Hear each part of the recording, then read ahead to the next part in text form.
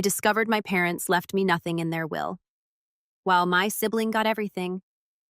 So I cut off the $3,000 monthly bills I'd been paying and watched them panic within weeks. My name is Jake, and I'm 32 years old. Up until recently, I thought I had a pretty solid, if not perfect, relationship with my parents. Sure, I always knew they favored my younger brother, Ethan, but I never thought they would take it as far as they did. Ethan has always been the golden child. Growing up, it was obvious he got away with things I never could, received praise for the bare minimum, and when he messed up, my parents had a million excuses ready for him. He's just young, he's figuring things out, you need to be patient with him, Jake. Meanwhile, I was expected to be the responsible one, the mature one, the one who had to lead by example. And I did. I worked hard in school, got a decent job, and made something of myself. Ethan, not so much. At 28, he still bounces between jobs, constantly figuring things out. He's lived with my parents rent-free his entire life. Yet somehow they act like he has it so much harder than I ever did. Anytime I tried to point out the double standard, I was met with the response, "Jake, you're independent. You don't need us the way Ethan does." That was their justification for every single thing. If I got a cheap birthday gift while Ethan got the latest gaming console, well, Jake, you have a good salary now, you can buy it yourself. If I had to help out around the house while Ethan lounged on the couch, he's just not as responsible as you. If Ethan wrecked their car and they paid to fix it, but I had to buy my own first car with my own money, you can handle it, Jake. And for years I swallowed it. I let it go. I told myself it wasn't worth fighting over. Then I found out about the will. I had been helping my parents financially for years, covering part of their mortgage, paying for home repairs, even chipping in for their medical bills. I never did it expecting anything in return. They were my parents, and I wanted to make sure they were taken care of. But one day, completely by accident, I learned that they had left everything to Ethan, the house. The savings, their belongings, everything. It happened when I was visiting to help them sort out some paperwork. My mom had left a folder on the kitchen table while she stepped away to take a call, and I glanced at it absent-mindedly.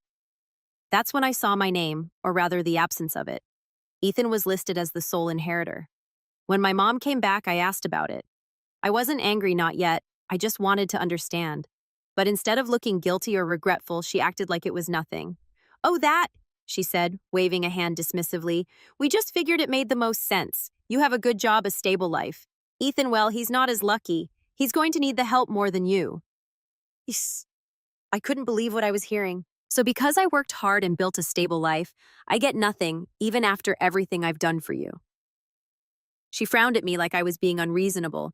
"You don't need it, Jake. It's just money. You'll be fine." Something in me snapped. For years, I had been their safety net. I had given, and the moment I stopped to ask if I mattered at all, I was dismissed like a greedy child throwing a tantrum. I realized then and there that in their eyes, I was nothing more than a resource, someone to rely on when they needed help, but never someone they truly valued. So I made a decision. I stopped paying their bills. I stopped covering their mortgage. I stopped sending them money for groceries or repairs or unexpected expenses. If I didn't matter enough to be included in their will, then surely they didn't need my financial support either. It didn't take long for reality to hit them. At first, they didn't say anything. Maybe they thought I was just busy or that I had forgotten. But then, about a month later, I got a text from my mom. No greeting, no small talk, just "the rent is due." That was it. No "how are you," no "hope you're doing well," just a demand like I was their personal ATM. I stared at the message for a long time, feeling a mix of emotions: anger, hurt, disappointment. Then finally, I replied. I didn't yell, I didn't curse, I didn't beg them to see how unfair they had been. I simply responded with, "I'm sure Ethan will handle it." That was all I said. No explanation, no argument, just a simple statement. And then I put my phone down and went about my day. It didn't take long for the backlash to begin. Less than an hour later, my phone buzzed again, this time a call from my mom. I ignored it. Then another and another. Finally, a text. "Jake, answer the phone. This isn't funny." I let it sit. I wasn't in the mood to entertain whatever guilt trip they were about to throw at me. But sure enough, when I finally checked my voicemail later, I got exactly what I expected. Mom's voice was dripping with disappointment. "Jake, I don't know what's gotten into you, but this is really selfish. Your father and I have always done our best for you. Is this really the kind of son you want to be? Ignoring us when we need you? Ethan can't afford to help right now. He's struggling. We thought you'd understand that. Call me back." I didn't. A few hours passed before I got the next message, this time from my dad. He rarely texted me, so I knew my mom must have gotten him involved. Jake, we need to talk. This is serious. Call your mother. Still, I ignored it. And for the first time in years, I felt something I hadn't before control. I had spent so long playing the role of the dutiful son, the responsible one, the one who never asked for anything but the moment I refused to be used, they lost their minds. Then, as I expected, Ethan got involved. Dude, what is wrong with you? Mom and Dad are freaking out. Just pay the rent like you always do. Why are you being so difficult? I almost laughed at that. Like I always do. As if it was my job to keep a roof over their heads. As if the fact that he was their favorite meant that responsibility automatically shifted to me. I finally responded, but I kept it short. Not my problem. The response came within seconds. TFs, does that mean you can literally afford it? Stop being a dick. I set my phone down without replying. It was incredible how quickly the entitlement came out. No, hey, are you okay? No, I didn't realize how much you've been helping. Just immediate anger that I wasn't keeping the ship afloat for them. I expected more texts, maybe a few angry voicemails, but what I didn't expect was what happened next. The next day, I woke up to a message from my aunt, my mom's sister. Hey, sweetie, your mom just called me in tears. She says you're refusing to help them and that they're at risk of losing the house. What's going on? I thought you guys were close. I sighed. Of course the flying monkeys had arrived. I took a deep breath before responding. Hey, Aunt Lisa, I appreciate you checking in. I'd love to explain, but I think you should ask Mom why she left me out of the will completely while expecting me to pay their bills. Let me know what she says. There was a long pause before she finally replied, Wait, what? I smirked. That was my cue to step back and watch the fallout begin. Because now it wasn't just between me and my parents. Now the rest of the family was about to find out exactly what had been happening behind closed doors. And I had a feeling my parents weren't going to like it. Aunt Lisa didn't text back right away, and I figured she was either trying to get the full story from my mom or just processing what I'd said. Either way, I wasn't going to chase after her for a response. Instead, I went about my day enjoying the rare peace that came with not being at my parents' beck and call. But that peace didn't last long. By the afternoon, my phone lit up again. This time it was my mom. How could you say that to Lisa? This is a family matter, not her business. You're making us look bad. Ah, there it was. Not, we're sorry, let's talk about this. Not, I didn't realize how unfair this was to you.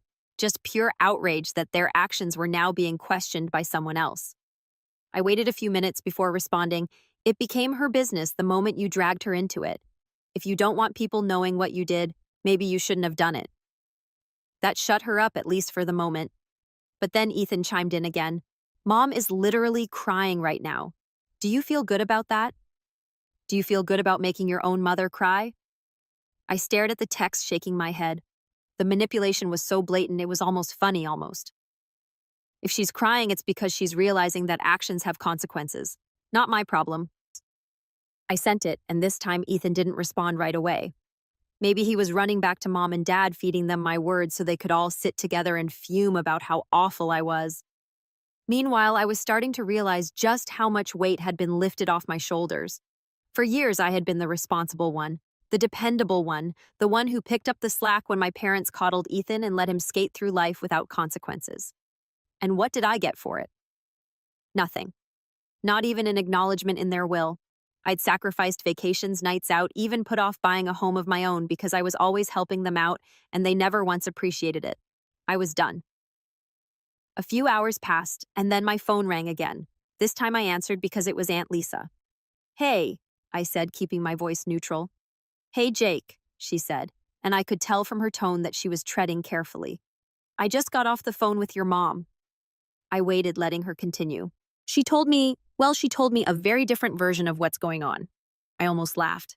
Let me guess, she made it sound like I'm some selfish, greedy son who suddenly decided to abandon them for no reason. There was a pause and then a quiet sigh. More or less. I leaned back in my chair. Did she mention that I've been covering their bills for years, or that they left me out of the will entirely while giving Ethan everything? Another pause. No, she left that part out. Of course she did. Well, I said, keeping my tone even, that's what happened. Lisa sighed again. Jake, I had no idea. I really didn't. And honestly, I don't blame you one bit. That surprised me. Really? Of course. Look, I love your mom, she's my sister, but she's always played favorites with Ethan. And I hate to say it, but I think she just assumed you'd always be there to clean up their messes. that you would never say no. Well, I said, she assumed wrong. Lisa was quiet for a moment, then she said, so what now? I exhaled slowly. Now they figure it out on their own. I'm done being their safety net. Lisa didn't argue. In fact, she let out a dry little chuckle. Honestly, good for you. We talked for a few more minutes, and before we hung up, Lisa said something that stuck with me. I have a feeling this isn't over. They're going to try something. Be careful, Jake. She wasn't wrong because later that evening, I got another text from Ethan. Fine, if you want to act like a selfish asshole, go ahead. Just don't come crawling back when you realize you messed up. I stared at the message for a second before shaking my head. Messed up, I hadn't messed up a single thing. If anything, this was the first time in years that I was finally getting something right. But Ethan's text made one thing very clear: they weren't going to back down that easily. And part of me was almost looking forward to whatever they tried next. The next morning, I woke up to a pounding on my front door. Not a polite knock, not even an impatient one. This was the kind of pounding that made you think someone was about to break the door down.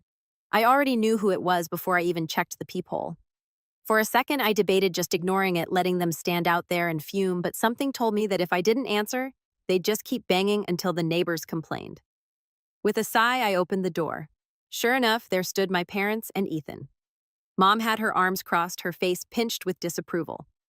Dad, as usual, stood slightly behind her like he always did when she was in full attack mode. And Ethan? Well, Ethan had the same smug, self-satisfied expression he always wore when he thought he was in control of a situation. I leaned against the doorframe, arms crossed. Wow, this is unexpected. Mom didn't waste time. Jake, we need to talk. I let out a small chuckle. Oh, now you want to talk? Not when you were writing me out of the will. Not when you were expecting me to keep paying your bills while giving Ethan everything. Now suddenly it's urgent. Dad sighed like I was being difficult. Son, can we come in? I pretended to think about it, then shook my head. No, I don't think so. We can have this conversation right here. Ethan scoffed. Are you serious? Dead serious. Mom huffed, clearly not used to being denied what she wanted. Jake, you're being childish. Childish? I repeated, raising an eyebrow. That's rich coming from the people who showed up at my house unannounced, pounding on my door like debt collectors. Mom's face turned red, but she took a deep breath, trying to regain control. Listen, she said, shifting to what I called her guilt trip voice. We know you're upset. We understand that you're feeling left out, but you have to look at this rationally. I actually laughed. Rationally? You want to talk about rationality after what you did? To Dad, who had been silent up until now, finally decided to chime in. Son, you're doing well for yourself. You have a good job, a stable life. Ethan, well, he needs more help. I turned to Ethan, who was still standing there, arms crossed like this was all beneath him. He needs more help, I repeated. He's 30 years old. He's not a kid. He's had every advantage handed to him while I had to work for everything I have. And now, after all that, you decided he deserves to inherit everything while I get nothing. Ethan smirked. It's not my fault you didn't fight for it. I stared at him, genuinely stunned by how shameless he was. Fight for it. I repeated, my voice quiet. Fight for what? My own parents' love. My own share of what should have been an equal inheritance. Mom waved a hand dismissively. Oh, stop being dramatic. We just thought it made sense. You don't need the money, Jake. That's not the point, I snapped. It's not about needing the money. It's about fairness. It's about the fact that you used me for years, took my help, took my money, took my time, and then tossed me aside like I was nothing when it came to the one thing that should have been fair. Mom's eyes flashed. Jake, we are your parents. We raised you. The least you could do is show us some respect. I laughed, a short, sharp sound. Respect. You want respect when you've shown me none. Ethan rolled his eyes. God, you're so dramatic. You're seriously throwing a tantrum over this. You're acting like you're some poor struggling victim. I turned to him, my voice ice cold. You really want to talk about struggling, huh? When's the last time you had to work a full-time job without Mom and Dad bailing you out? Oh, wait, you never have. That wiped the smug look off his face.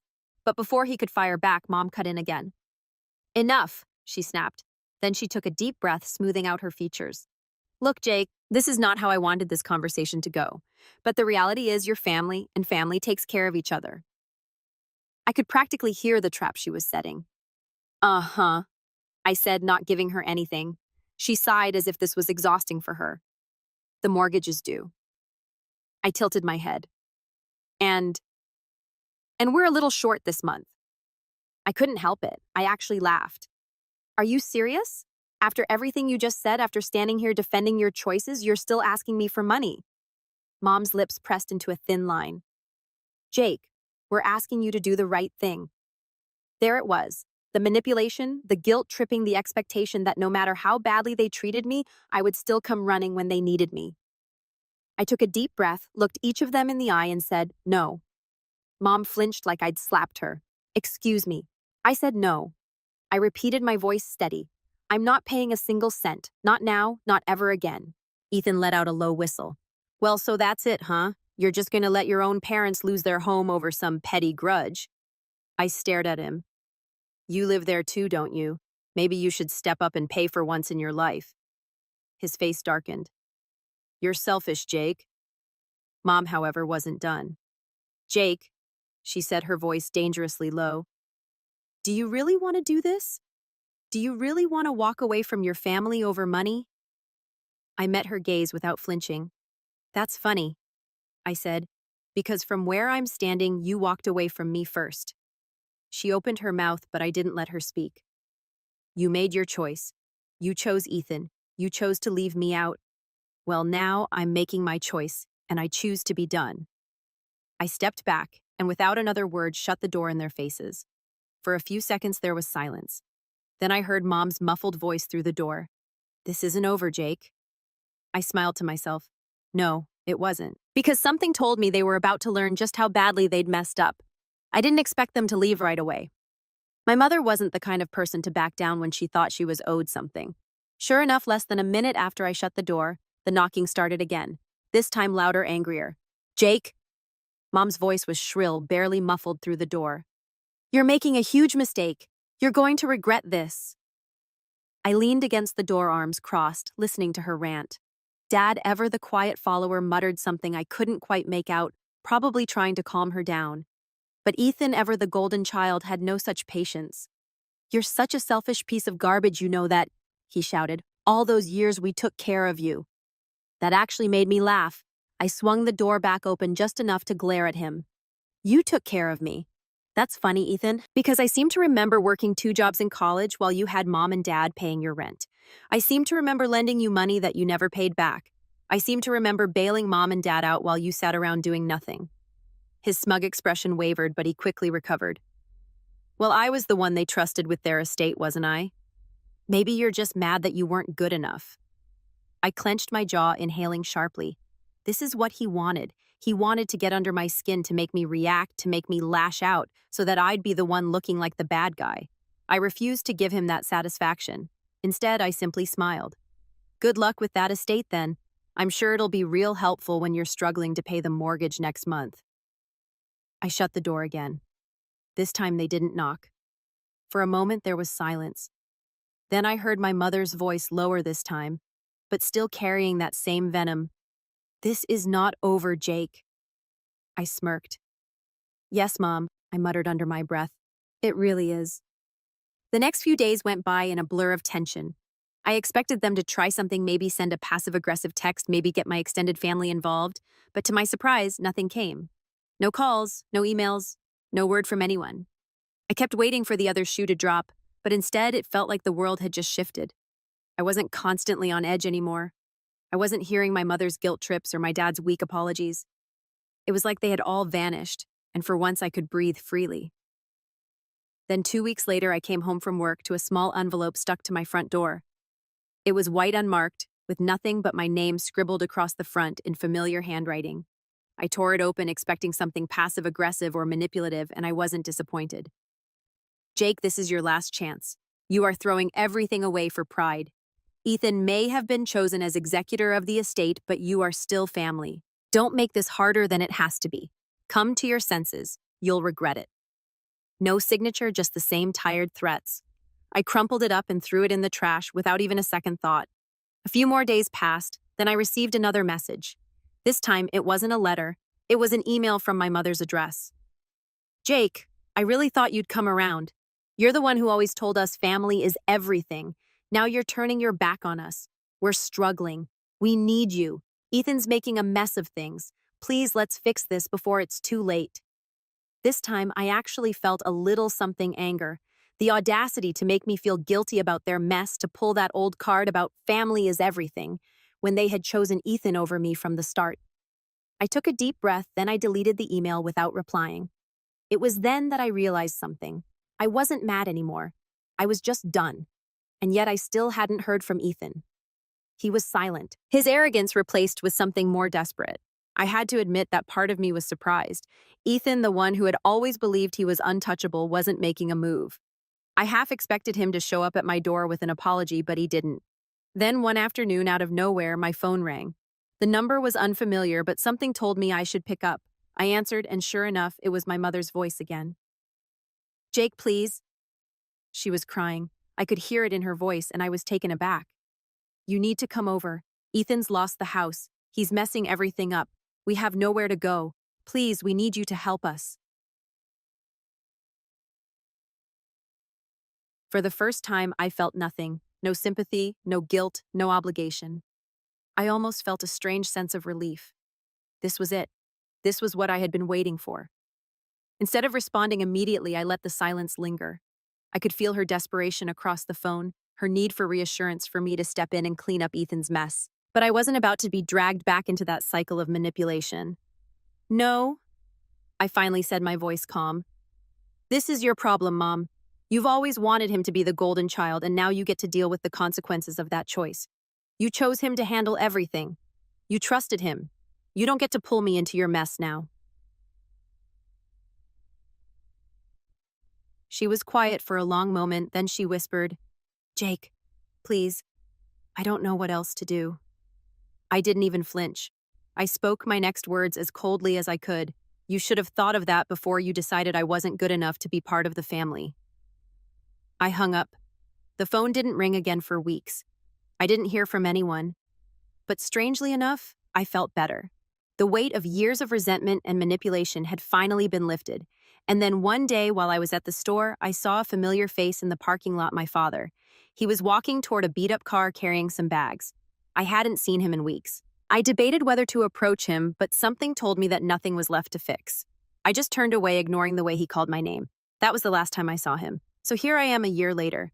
I haven't heard a single word from my parents or Ethan.